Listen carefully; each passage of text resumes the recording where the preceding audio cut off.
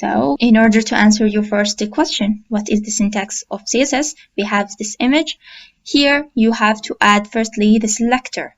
The selector is the element do you want to apply. What is the element do you want to apply CSS on?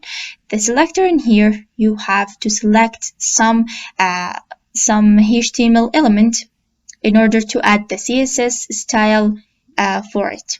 And here you have to add the curly braces in order to add the properties inside of them.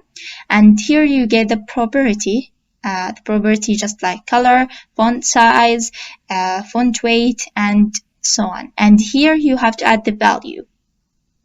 The color, the value it takes, red, green, blue, RGB, the hex colors, and so on. And you have to separate between the property and the value with this colon. And you have to close the declaration with the semicolon in order to add a new one and a new one. Here we have another example of CSS syntax. Here we get the selector, H1 for example. Here we have the curly braces, okay?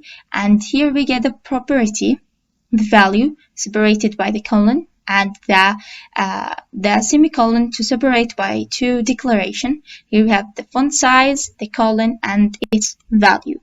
In order to answer your second question, what is the type of adding CSS code inside an HTML page? We have the first one is inline.